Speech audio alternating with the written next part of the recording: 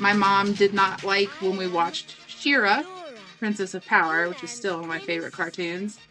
But we watched He-Man, who is She-Ra's brother in the show. Yeah, I think the Watchtower said something about girls not being able to be masters of the universe. Hi, everybody. Welcome back to Difficult Childhood. I am Fallon, and I'm joined by my childhood best friend, Jason, as always.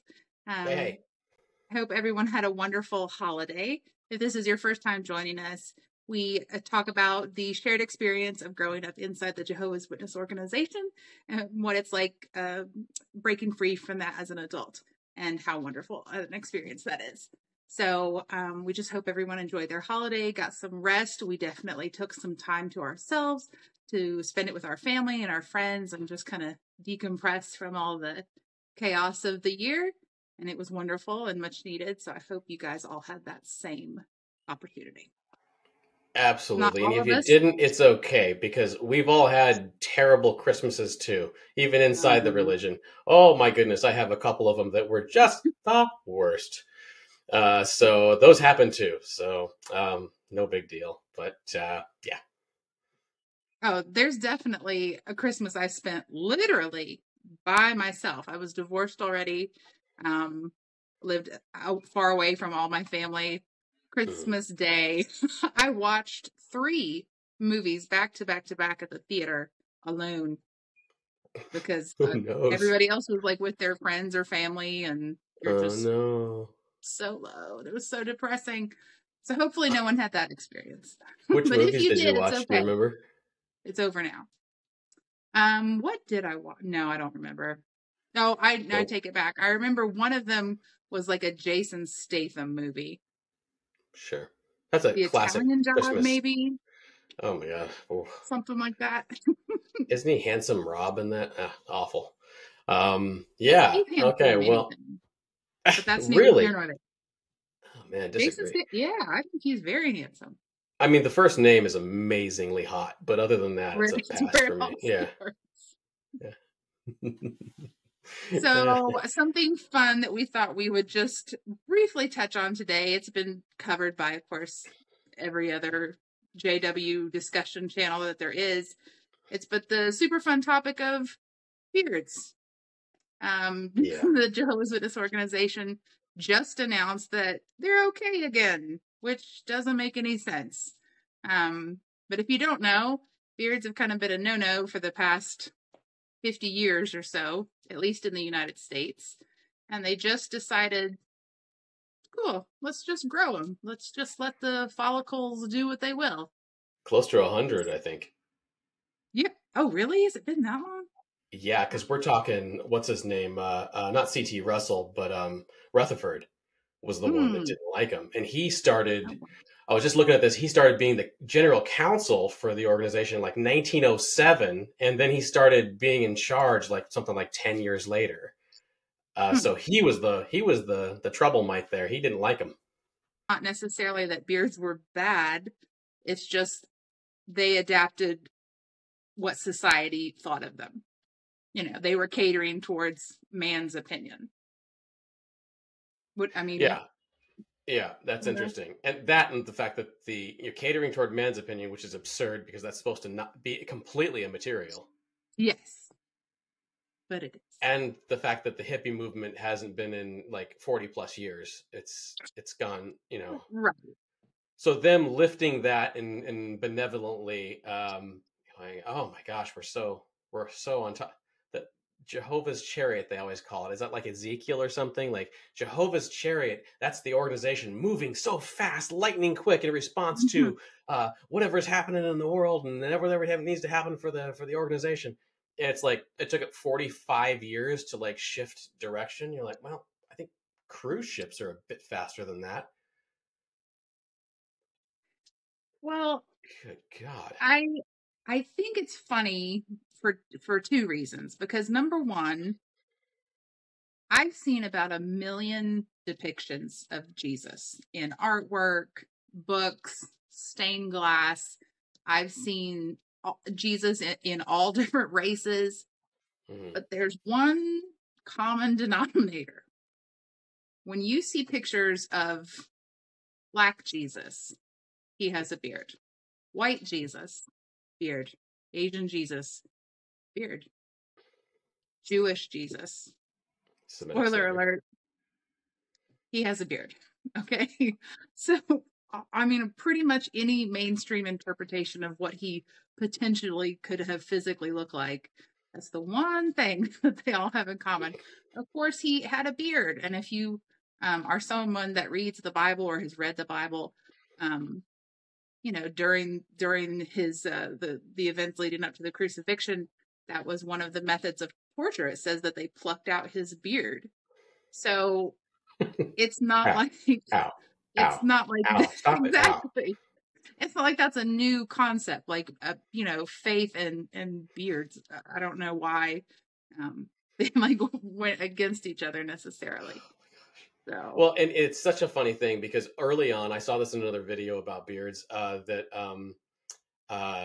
Rutherford and his cohorts were reaching toward. It was, and this is well after him actually, but they were just reaching to justify how much they hated beards, and it was like they found some painting of Jesus, a depiction that was within a few hundred years of when he was on Earth supposedly, and he didn't have a beard in the painting. So like, well, that's the oldest and closest to Christ. Ergo, we are correct in thinking everyone shouldn't have beards. And to me, it that reads tracks. very similar as the circumcision thing. If you believe that God made humans as he should have, okay, they should have a foreskin and a beard in the male version. Okay, well, no. You need to cut both those off, 100%. Like, that doesn't make any sense. He either did it right or he didn't do it right. What are you talking about? And the notion that the natural, I mean, obviously we should all scrub up, but the natural state of anybody, you know, let's demand that women shave their legs and their armpits.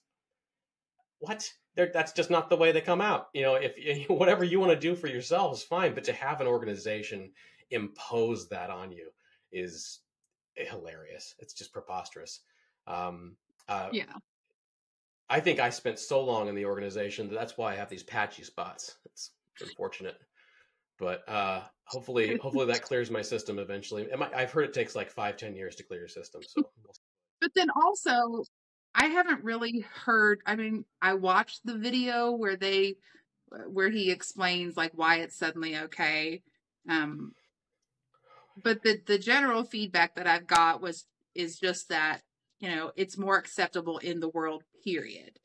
You know, there's more and more like business professionals that wear beards. More and more law enforcement departments are allowing beards, like on the officers. So it's just cool now. And for an organization, just like you said earlier, that constantly drove this narrative that like no part of the world. Yeah, the no part of the world, the us versus them narrative. Just because the world says it's cool now, it's just cool. Mm-hmm. Okay, cool. Then, all right, sure. It is such a hilarious thing that they are so no part of the world, but then so you know, let's wait for permission from the world, Right.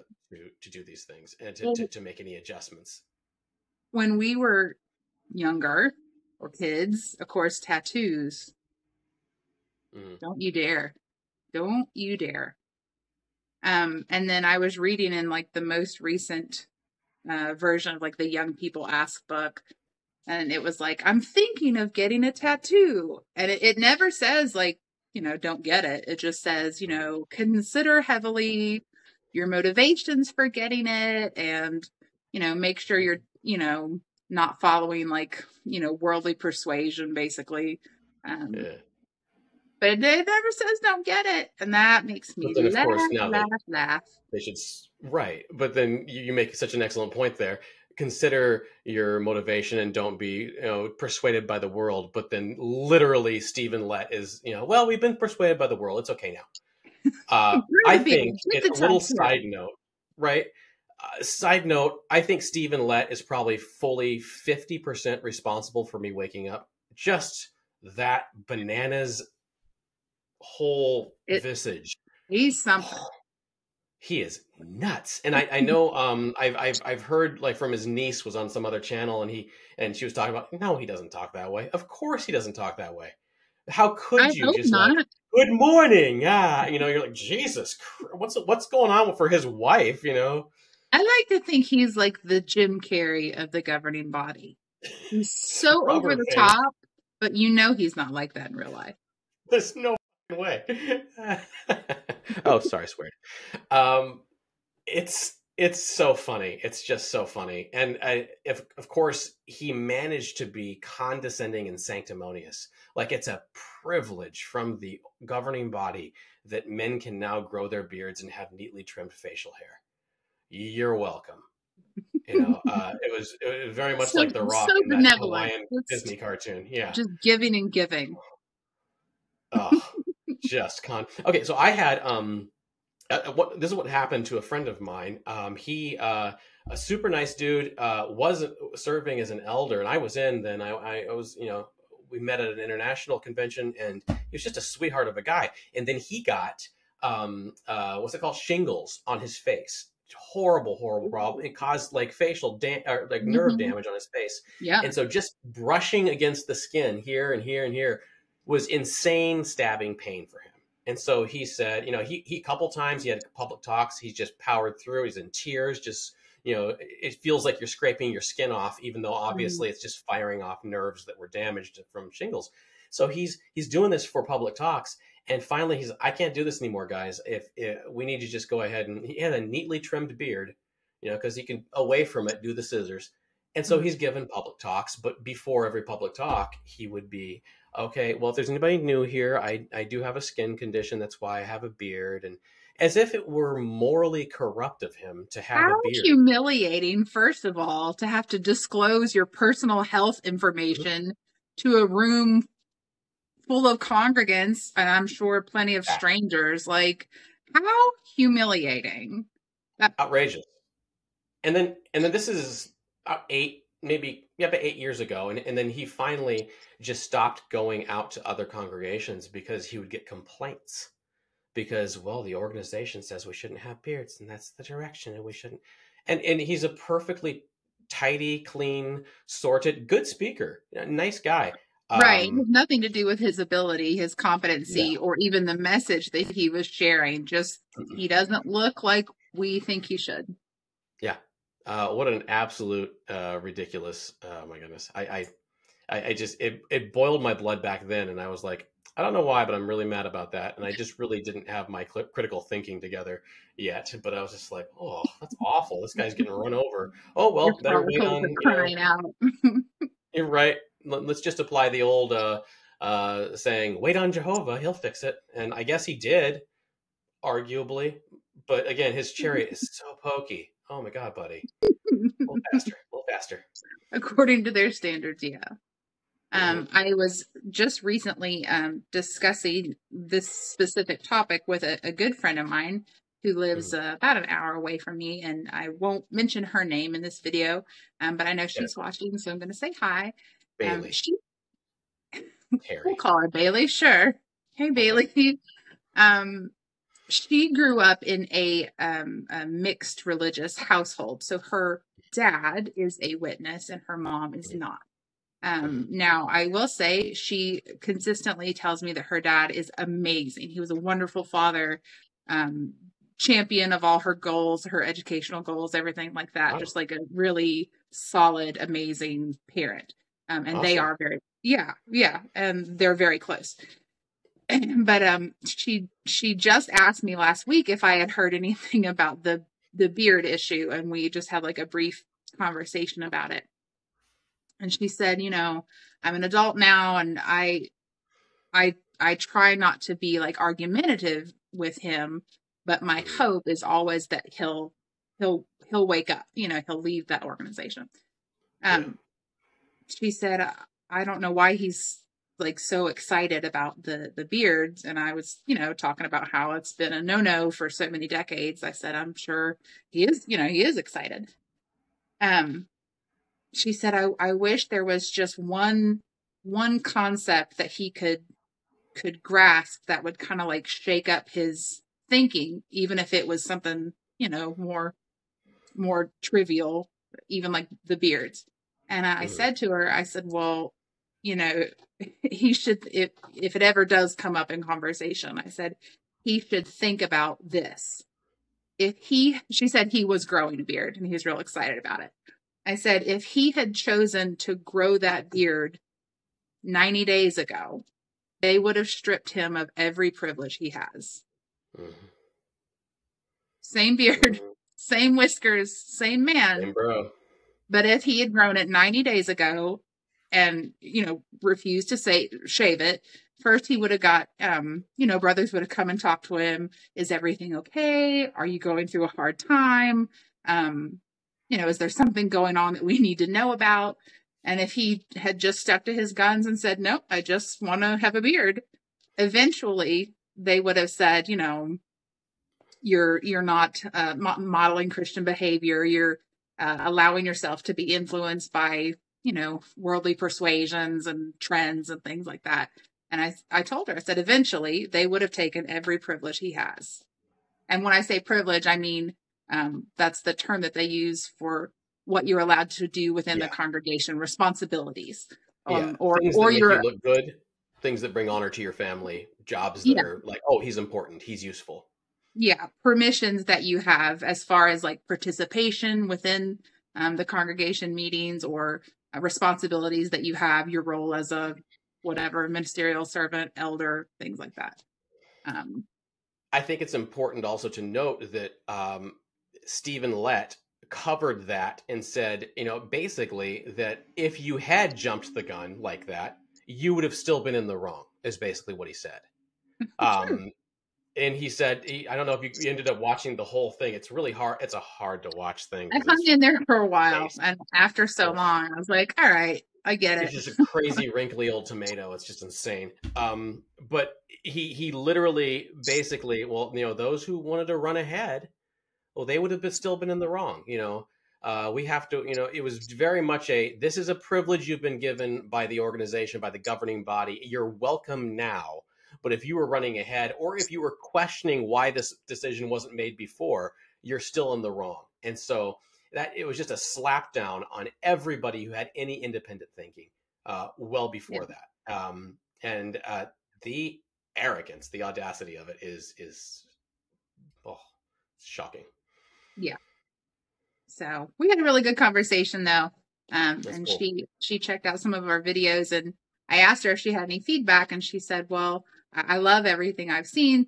She said, but there's a lot of like terminology that I'm still, even though her dad has been a witness for a long time, a lot of terminology that I'm still not familiar with. She heard us talk about pioneering.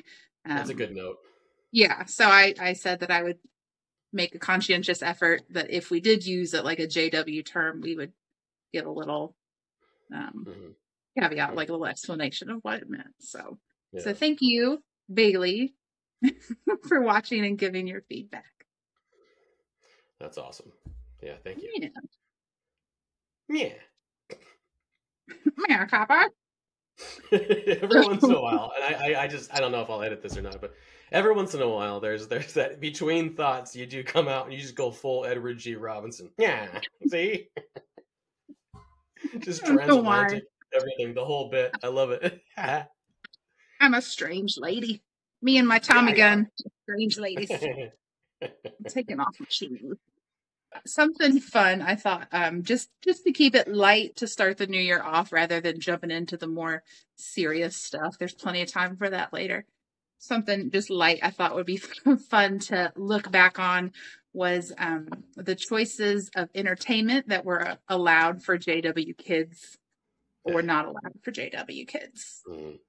There was zero consistency in my house, and most of the kids that I grew up with, same. One cartoon was allowed and one was not. I don't know if it was like that in your household, but in my house, as far as entertainment rules, it was just chaos. Yeah. Because some things that are objectively just filled with magic and sorcery and stuff are, oh, that's fine. Like slide back here. Look at this this T-shirt we got going on here. This is an example of a movie that everybody in both of our households was fine with. They literally have a sea witch turning people into little planty goblins and doing all of the magic and all of it, and abducting an underage girl. We can assume. I mean, if she's a Disney princess, she must be, who's getting married. She must be underage. She's 16, but, yeah. Yeah. She's 16. Yeah, it's time to get married, honey. But she, it was just all of the magic. And I remember sitting in the theater with my mom and my aunt, and it was just like, aunt, what am I, British? And my aunt, and we were just like sitting there, and it was just, oh, this is fine. No problem. Yeah, everything's fine. And when I say no consistency, I mean, so this is, the 80s. Care Bears, yes. Oh, Care Bears, no for us. Gummy Bears, no. No. What's the difference? What's the density if you're going to chew one of the bears? That's about the logic that they had when they made these decisions. My mom did not like when we watched She-Ra, Princess of Power, which is still one of my favorite cartoons. But we watched He-Man, who is She-Ra's brother in the show. Fine. So yeah, we weren't allowed to watch the Smurfs because there was a sorcerer in it. Sure. Smurfs, definitely. That's a gateway right to the devil. Plus, as everybody knows, there was that Smurf story running around where a Smurf doll got up and ran out of a kingdom. Yeah, it came to life. Yeah, I heard that so many times. And then even some movies that weren't cartoons, like the Indiana Jones series, we were allowed to watch Raiders of the Lost Ark. Sure. But we weren't allowed to watch the Temple of Doom. Well, the Raiders of the Lost Ark, all the magic that came from that was from the Ark of the Covenant. So that's God's magic. That's okay. But Temple of Doom is an indigenous person reaching into a dude's chest and pulling out his heart, and everybody's like, "Whoa!"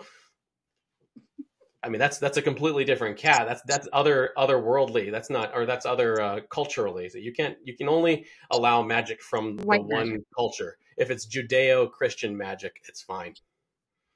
So yeah, Disney movies in general were fine. The Sea Witch, fine. Fairy Godmother, fine. Evil Stepmother, who obviously had some kind of, evil powers, talking to the magic mirror, that's fine. But we weren't allowed to watch The Sword and the Stone, which is a Disney classic from the 60s. Yeah, that was a no-no for us too. Had a wizard in it. Nope. Can't do that. No. So it was just all over the place. We weren't allowed to watch Teenage Mutant Ninja Turtles because it was super violent. Yeah. I had to go wait out in the hallway, in that same hallway that you were talking about a few episodes ago, where you had to wait out for the Christmas. The very same hallway in Greenville Elementary in West Virginia. I'm getting real specific here. I would wait out there, and other kids would watch Teenage Mutant Ninja Turtles because they're mutant and they're teenage and they're rebellious and they say snarky things and like pizza. That's pretty bad. Well, but then we could watch like Tom and Jerry, and that was every bit as violent as Teenage Mutant Ninja Turtles. But it's just different, just the lack of consistency. And even within the organization, different parents, of course, had like different standards. Some kids, use your own judgment, whatever. Our parents were definitely, I think, more on the stricter side. But I can tell you, without a doubt, 100% certainty, I was that kid that everyone hated inviting to their sleepover. 100%. You were just so very cautious. I went to a sleepover at my friend Melanie's house, and another little friend of ours, her name was Danielle, and she actually, I've shown her photo on this channel before, but she was blurred out.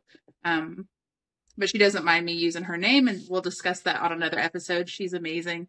Hello, Danielle. I love you. Yeah. But she had brought a VHS copy of the newly released The Santa Claus. So we're at the sleepover, and she like pulls it out of her bag, and everyone is so excited, so excited. They've seen like, the ads on television, and everybody's like, "Oh my gosh, yes, it's hilarious. Let's watch it." Enter this killjoy, and of course, I've told you instantly. My little hand. Excuse me. Hi. Excuse me. That movie is about Christmas. And of course, every other girl's like, yeah. And I was like, yeah, that's evil, and we can't watch it. And that's interesting that you found a group of JW girls that were okay with, because I would have thought that would have been just no on everybody's list. Well, so there was a couple that were like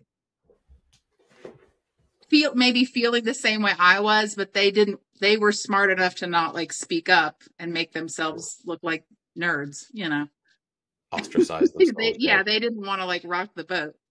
I, of course, never had that problem. So I was like, oh, we cannot watch this. This is definitely horrible evil. And she tried her best to rescue me. She came over, like took me to the side, and she's like, it's just a comedy. Like, it's just about a guy in a suit, and like there's fat jokes in it. Like, it's, it's not real serious. And I said, well, you can watch it, and I'll just go hang out in the other room. So, of course, everybody was like, yeah, okay, fine. So literally every other girl was like in this room gonna watch it. And I didn't know what else to do. So I went and sat in the living room with the mom. And she said, what are you doing?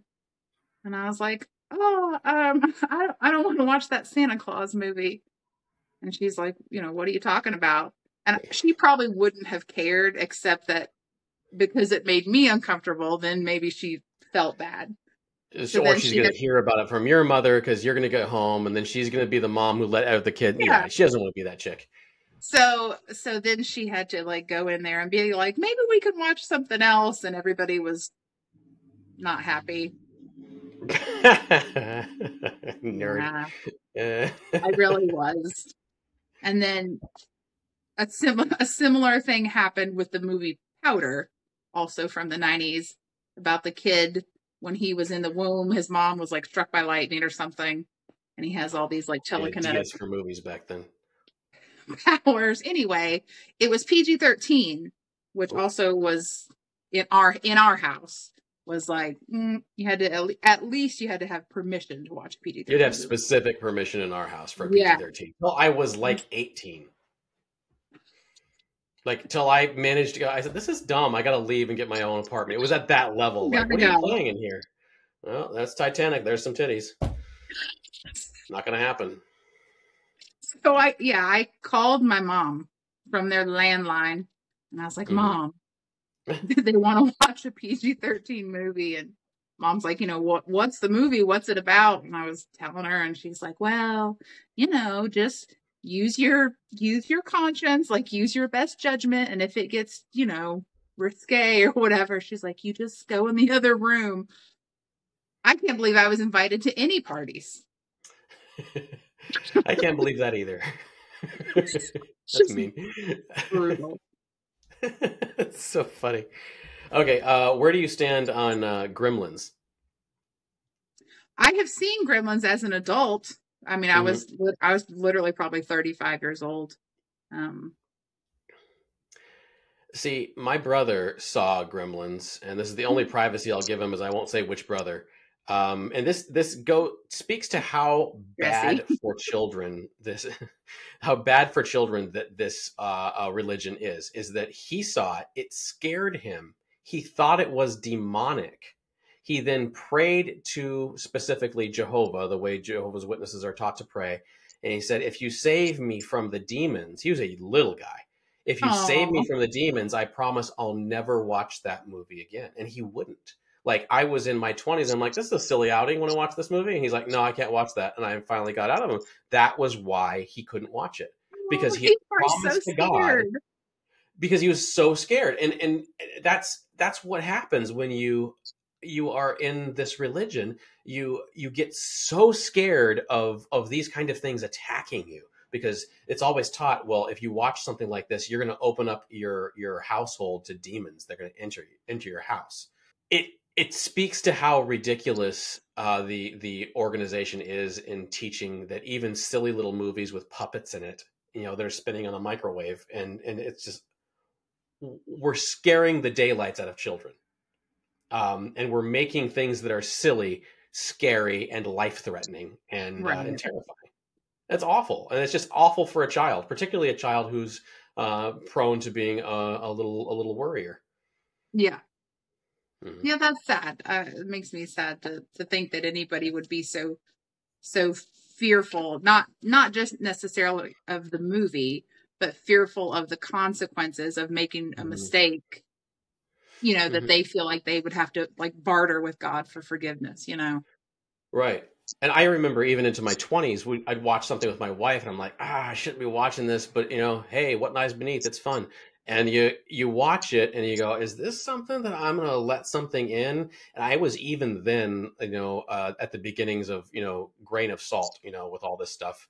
I'm not really taking it super seriously, but there's a little bit of guilt attached to it. And when you're a kid and you can't separate reality from, you're relying on your tribe, your family, to tell you what is an actual danger for you, what is an actual threat. We need to know that, wolves will get you and stay away from those. You need to know that cold will get you. Come inside when it's cold. You need to know, that the creepy guy down the stairs or down the street might get you. Stay away from him. Yeah. You need to know what's actually dangerous, and teaching children what isn't is completely confounding to them, and I think that's awful. Well, and I think I was just talking about this with a friend of mine recently. We were talking about the difference when you grow up in an atmosphere that is religious versus an atmosphere of relationship with God, or like an atmosphere that's like faith focused rather than like organizational focused. And we were saying, like, it's when you hear a young person say, oh my gosh, I messed up. I don't want to tell my parents. They're going to kill me. They're going to be so mad. Or when you have a young person that says, oh my gosh, I messed up. I'm in trouble. I need to call my parents. Like the difference in those two relationships. And at least for me, I definitely was in the first one. Like if I had watched those movies, or, anytime I did make a mistake, it was never like, I'm loved regardless. Right. It was always like, oh my gosh, immediate consequences. The fear of the repercussions was worse than the fear of the actual thing, whether it was a movie or a date or whatever it was. And that's just a miserable way to be in your formative years, when you're young and you're still trying to figure everything out, and emotions, and just, that's just such a miserable place to find yourself, I think. Yeah, I think if I had myself backed into a corner, as my belief system goes, I say one of the good things about some religions is that it's about forgiveness when you actually do mess up, not when you mess up in a ridiculous way like Jehovah's Witnesses standards, but that you can go. And I'm not a fan, and neither, of course, you're not a Catholic, but I'm not a fan of Catholicism. But hey, you can at least go in and confess and receive absolution. Whereas with Jehovah's Witnesses, there's just all these consequences. You don't want to tell anybody because they're going to ruin your life. They're going to tear you down. You go see an R-rated movie that scares you. You can't talk to anybody about it. No, you're going to hose the fact that you are, this or that privilege in the congregation, and you'll be, bring dishonor upon your family like you're a Klingon or something. Well, even when, not that I'm comparing again Catholicism, but even if you're a Catholic and you go, confess a sin, it's done in private.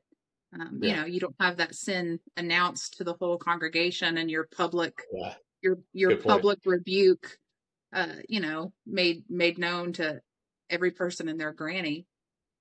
They always lean into the microphone a little bit, like I often do. Jason Hansen's been reproved. probably sex stuff. You know, it's so gross and demeaning. It's outrageous. And of course that, a non-believer, it's all beside the point, but I do appreciate that some religions have the absolution and the caring for someone who's going through a hard time, rather than just ejecting them or disciplining them publicly in an embarrassing way. Yeah, I mean, is it any wonder that mental health issues are so rampant for members? You know, you make a mistake. You know, things happen. Maybe you have an addiction, or it could be anything. To just have it laid out like for everyone to see and hear, and then for a lot of people, you're embarrassed. Maybe you don't feel like coming back to the next meeting or going out in field ministry, the next week or whatever. But then if you don't, then they bring into question, oh, are you not in agreement, with God's decision, as far as like your discipline or your reproof or whatever it was. Because the local window cleaner elders, their decision reflects God's decision. Right. Sure. It's crazy. Well, that was an interesting spin we landed on from Gremlins. I like it. Gremlins. Yeah. Now, Star Wars is religious. And it's sort of magic, but it's a different religion. So it's got to be a false religion. Was Star Wars, I know the answer to this because I know your brother. Was Star Wars okay in your house? Star Wars was okay in our house. Right, there's all that. It's war in the name, and it's religious, violent, and it's magical. Yes, it's all the things. I remember specifically hearing my mom and dad have they wouldn't call it an argument, they would call it an intense discussion. They were having an intense discussion about whether my mom was a huge sci-fi fan, and she was watching Deep Space Nine, Star Wars Deep Space Nine, Star Trek Deep Space Nine. And my dad walked through the room when some alien was doing his whatever magic alien power, whatever. Sure. And he said, I don't know that, to my mother, he said, I don't know that you should be watching this. And my mom was like very insulted. She was like, excuse me? And he's like, yeah, I mean, that's like, the supernatural, like that's magic, basically. My mom's argument was, it's not magic to that race of being. That's just part of their natural abilities. She's like, that's not magic. They're born with that ability, whatever it was, mind meld, or I don't even know. Yeah. And of course, my dad said, well, that's not a real race of beings, so it's all bad, basically. And my mom, in one of the few times that she really like stood her ground against my dad, and she just said, I'm watching it. Don't take my Star Trek. Yeah, she was not getting her Deep Space Nine interrupted. I think it was like the Ferengi or something. I remember there was this one time we were watching Star Trek: The Next Generation, and I was watching it in my parents' room on their TV, and I realized my parents were watching it out in the living room at the same time. And I was recording it because I was collecting all of them on my VHSs. Oh, wow, there's a lot of edits here. And basically, the episode started to go down the road of this alien species who was non-binary. They all were one sex. But there was one of them, and it turned out several underground, who had heterosexual feelings.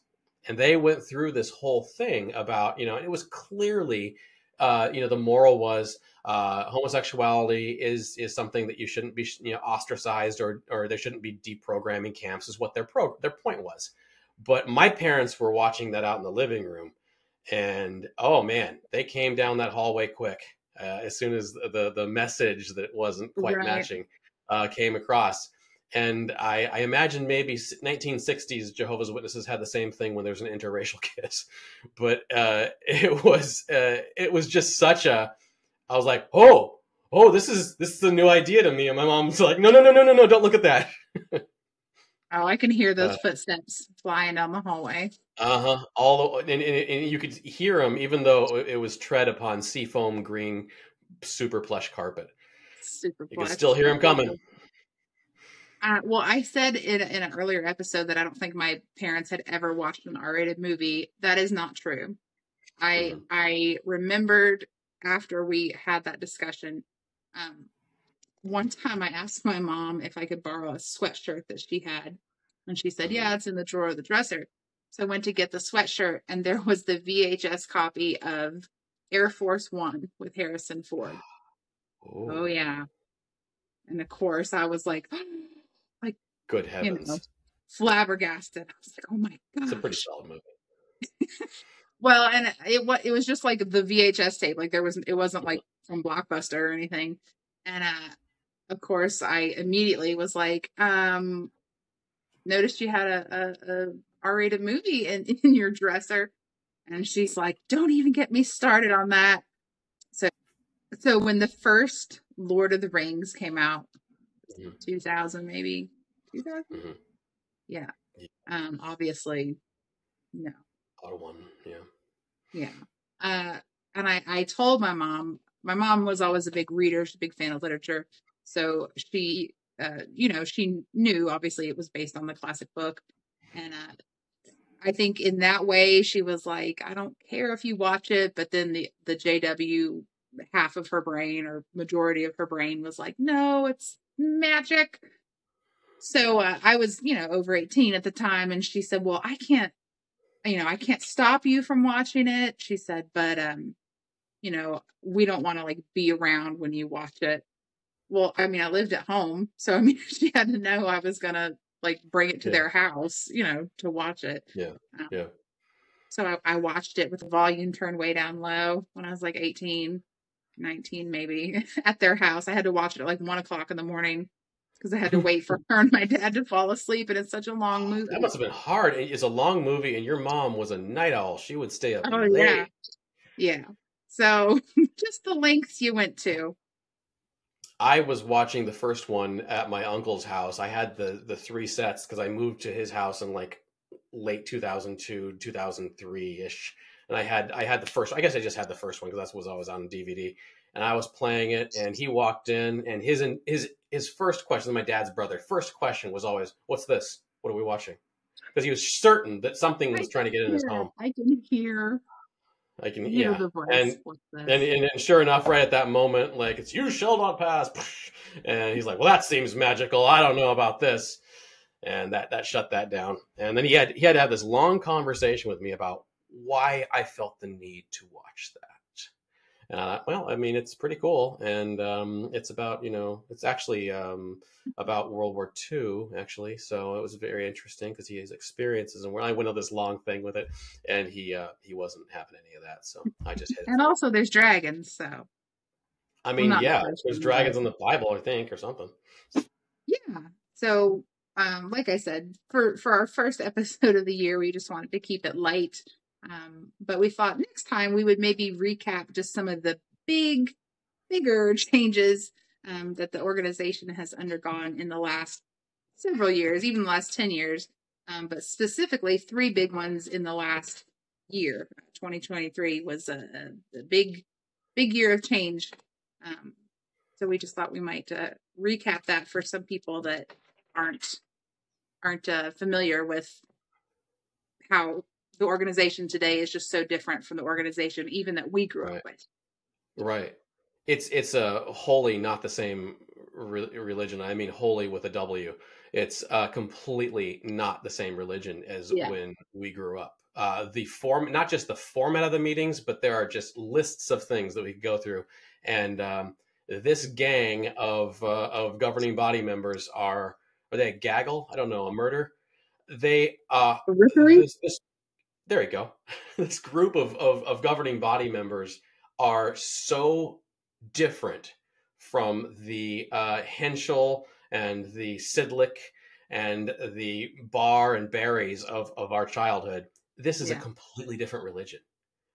So in fact, you could argue that the religion I got baptized into in 1993 is no longer in existence. It's such a different religion that I should be able to recall my my vows. It's not the same, religion at all. In fact, even the promises you make for your baptism are different. So we're going to go through a lot of stuff, everything that's changed. and just kind of give a picture of how completely different it is, how completely alien rather the 1980s Jehovah's Witnesses are from today. Yeah, I think that'll be good. Yeah. Well, this was fun. We talked about some things and stuff. I only swore a little bit. Things and stuff. Yeah. So we'll wrap it up there. Thanks everybody for watching. We appreciate all your feedback as always. And we'll see you next time. This is the one that I bought with the gift card I stole from that little girl's birthday bag. That's an unexpected start to a story.